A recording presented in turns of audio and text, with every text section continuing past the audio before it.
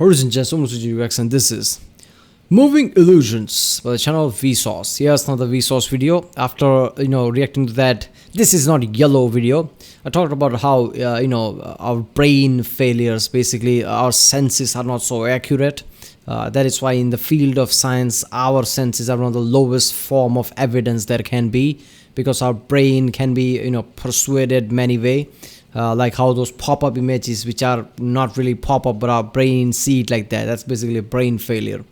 So obviously then I thought let's browse Vsauce video about this. So moving illusion, this must be one of those videos, so let's watch it. I love Vsauce, right? All the topic Michael tackles is just fucking awesome, and I love science in general. So yeah, remember, if you like my reaction, don't forget to like and subscribe so I know which type of videos to react to more, I guess.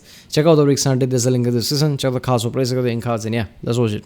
Hey, Vsauce, Michael here. This is a completely still image, but as your eye reads what I'm saying and jumps from word to word, the paragraph will appear to slightly, just subtly... Man, fuck you, no way, wait a second. Oh, it doesn't change.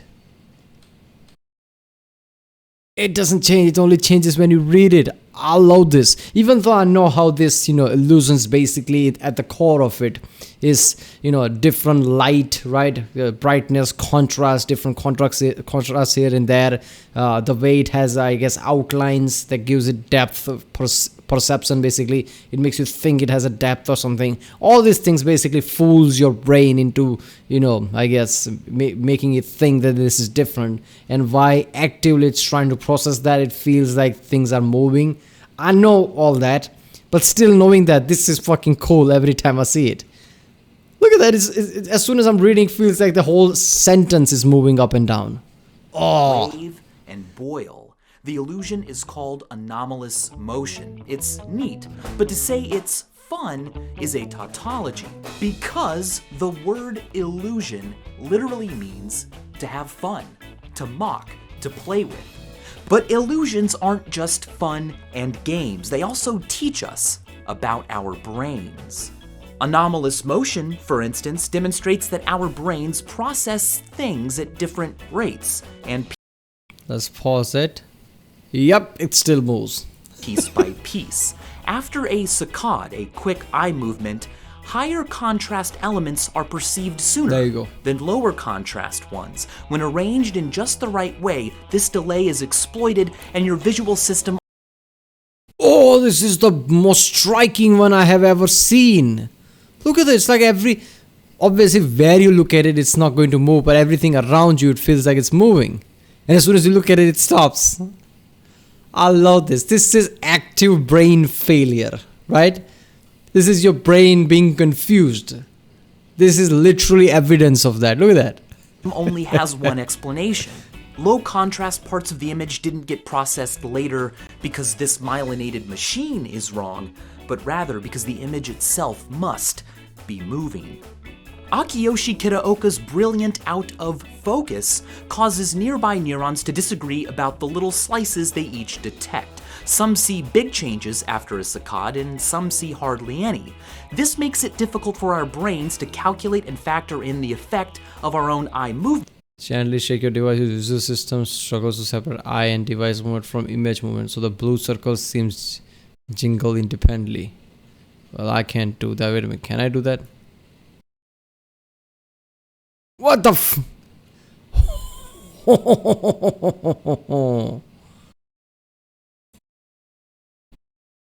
Oh, that is just next level shit. I just moved the browser, it works. So the image itself appears to be moving. But illusions aren't just about moving. They can also be moving. Poignant, significant, practical. They can mean the difference between life and death, like in nature, or during World War I as dazzle paint on ships.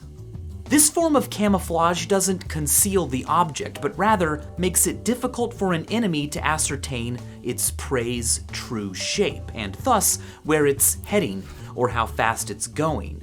In 1955, the Soviet Union displayed their new Bison and Bear long-range bombers at an air show. It looked like they had a lot. Afraid of falling behind, the US ramped up production on their own B-52 bomber. But the whole thing was an illusion.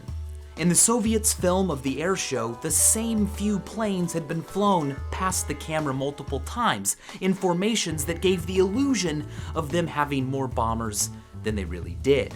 By the end of the 1950s, the Soviet Union only had about 150 long-range bombers, whereas the Americans, fooled by the illusion, had built nearly 2,000 at a cost of $900 million. What? Architecture is full of examples of real-world, practical optical illusions. My favorite are Disney castles. They appear huge, but it's forced perspective, a lie. The tops appear further away from us because they are actually quite tiny. Huh.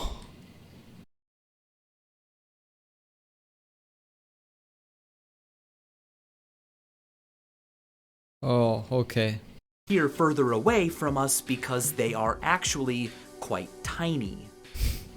Illusions also tell us about ourselves culturally. The Mueller Liar illusion is classic. Yeah, I wouldn't say the size thing is a brain failure, as I'm constantly saying. It's more like a calculated assessment that our brain does, right? Because we can't learn things every single time, so certain things our brain imprints in ourselves, like this is how things are. When you see this kind of a light and this kind of a pattern and this kind of a change in shape, that must mean it must be a certain distance away. Your brain basically trains itself like that, so next time you see it, you don't have to process that, you'll just intuitively know that that thing is far away. So it's not much of brain filler, it's just, trickery basically in the end. There are lots of brain fillers, but I don't think that's one of them.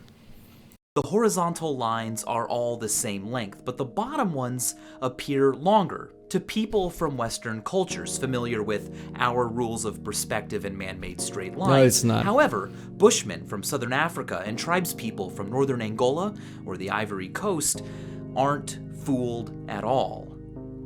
Akiyoshi Kitaoka is using optical illusions to discover glaucoma earlier than current techniques can, and anamorphic illusions are used to save lives. They look weird from any perspective but one, from which they seem to pop out, defying the environment's actual shape. Hoping to remind drivers to always pay attention, traffic safety organizations in West Vancouver, Canada placed a skewed decal on the road. From the right perspective, the perspective of a driver in this case, it becomes a 3D illusion of a child you are about to hit. Slow down. Bruspup has... Yeah, I will sue the government, sue the corporate, whatever, city council or whatever that is. Because I don't care what your intents are, you can't dupe people like that. Made some incredible examples of the 3D effect such illusions can have. This object? Just an anamorphic projection. Anamorphic illusions have also been used to safely practice political dissent. In 1746, supporters of the Stuart claim to the British throne had to be quiet about it. It was treasonous. So, sympathizers served things on trays that looked like this. Innocuous enough until only supporters were around, and it was safe for someone to place a reflective goblet or cylinder on the tray, revealing the tray's anamorphic secret, a hidden portrait of their illicit love, Charles Edward Stuart himself. The Encyclopedia Titanica lists descriptions of every body recovered from the Titanic. It's quite macabre. Why was the iceberg not seen until it was too late? And why did the nearest ship, the Californian, not come to the Titanic's rescue sooner? Tragic questions whose answers might be optical illusions. It's not really optical illusion, is it? Icebergs are 90% inside the water. Only 10% of them are bobbing out. That's how ice works. So, I mean, if you're in a massive cruise ship like Titanic, and at night you won't be able to see it. I mean, yeah. The Titanic was sailing through conditions perfect for mirages.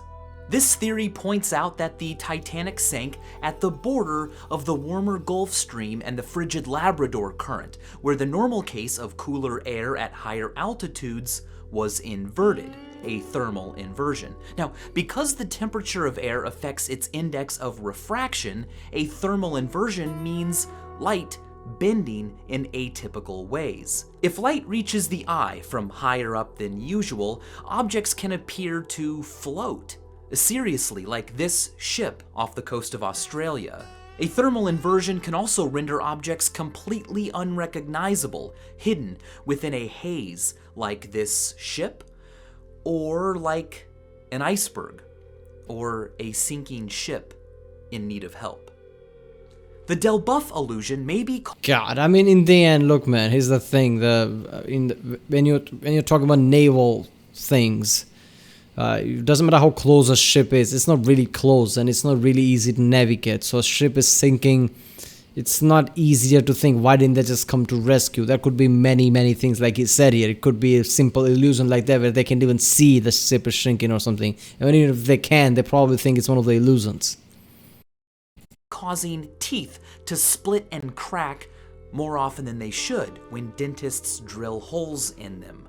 Dr. Robert O'Shea observed 8 practicing dentists and found that they were all drilling holes that were too big, even though they knew the correct size to be drilling. Why? Well, it may be the same reason people eat more food when they're given a bigger plate. Objects appear smaller when enclosed by larger areas. Holes of the same size may appear different sizes on bigger teeth. Dentists may be deciding that correctly sized holes drilled into teeth need to be made larger, not because they do, but because perception is a tricky thing. Illusions affect not only big ships and teeth, but also your future. The end of history illusion is our tendency to think of ourselves today as somehow done. Sure, I went through a lot of personal growth and changes in taste in the past, but today, who I am now, this is pretty much the final me. But that's not true. Studies have consistently shown that people underestimate just how different they will be, say, 10 years in the future. I mean, I don't know if that's the illusion. Is that the illusion? That's how humans work. That's how humans' mind is. If we knew how much we are going to change, we would change ourselves right now. I mean, we think we are best of ourselves right now in a way, like best of ourselves we can be in a certain way. Or we will allow ourselves to be, let's just say. Because if we knew that we are going to be different 10 years from now, we would make that changes right now. Why would we wait 10 years? So of course we can't know how much we're going to change in the future. And since we can't know, and we are not even targeting for that, we would think that this is the final of me. Why would we think anything else than that? Same thing applies to, the world. People think there's a worst time we live in. The world is going to end. World War III is going to be end of everything. Everything seems really, definitive nowadays. Even though, let's be honest, we are just running through a portion of history that 100, 200, even 1,000 years from now, people like, 2020s, that was some time, I guess. There you go. Even though they can easily point out how much they've changed since 10 years ago. Yeah. I like how Daniel Tomasulo puts it. We believe we are going to live, love, and long for where, who, and what we are thinking about right now. But the research says it just ain't so. This too is a transient state. Yeah, but this is an important state. Otherwise we lose our sanity, right?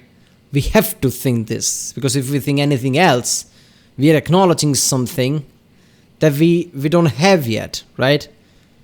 And if we have power to know how we are going to change, we would change ourselves to that right now. I don't know. Yogi Berra put it even more succinctly. The future ain't what it used to be. Their advice is, don't imagine your future. Look at other people and their experiences instead. Take their advice. Your imagination is just that. Their experiences are actual data. Yeah, not really. Of course, it's not that simple. Yeah. Which brings us to our final illusion, the illusion. I mean, there are many layers to it, right? Planning your future doesn't mean that you know what you're going to be perfectly. You're just targeting for a certain goal. I mean, that's important if you want to move forward. If you don't have that, you'll have depression, basically. That's not good. Of control. Named by psychologist Ellen Langer, it's our tendency to believe we control the outcomes of things we demonstrably don't. Yeah. It can help motivate us to not give up, and in healthy people at a healthy level, it is optimistic self-appraisal. But it's a lie. In one study, traders in the City of London's investment banks were shown a graph of a real-time stock price and given 3 buttons that secretly didn't do anything to affect the price. But they were told the buttons might have an effect. Try them out, see what you can do. Afterwards, the traders were asked to rate how much they felt they had been able to control the stock price with the useless buttons.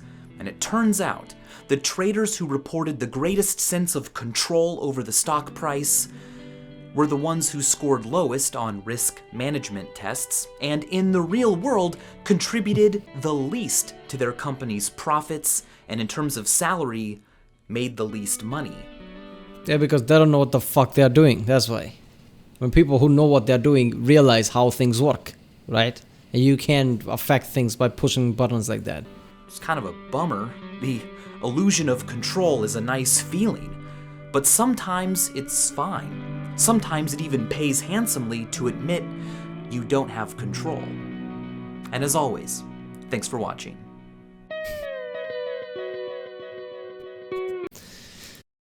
Yeah, illusion of control. I don't think anybody has the illusion of control. If they're really misguided, right? Very extremely few things that you have control over completely, at least.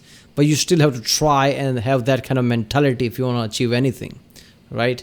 I mean, but there is no perfect control over anything, whatever you do. There will be at times when you try to do something, you just feel that everything is just against you. You can't catch a break, right? Because you have no control. And sometimes you don't even try and things just happen your way. And you're like, oh, that was a good day. Yeah. Right, people, that was Moving Illusions. Was a fucking good video. I love that. I love every single second of that. I realized how illusions work, at least at the core of it, not in detail. But even knowing that, it was still awesome to see all those pictures moving. I don't know. I'm like a kid in some kind of, I guess, circus act or something. Like, oh, how did they do that? Alright, people, if you like my reaction, don't forget to like, subscribe, check out the Rick Sunday. There's a link in the description. Check out the cards for placing the cards, and yeah, I'll see you next time.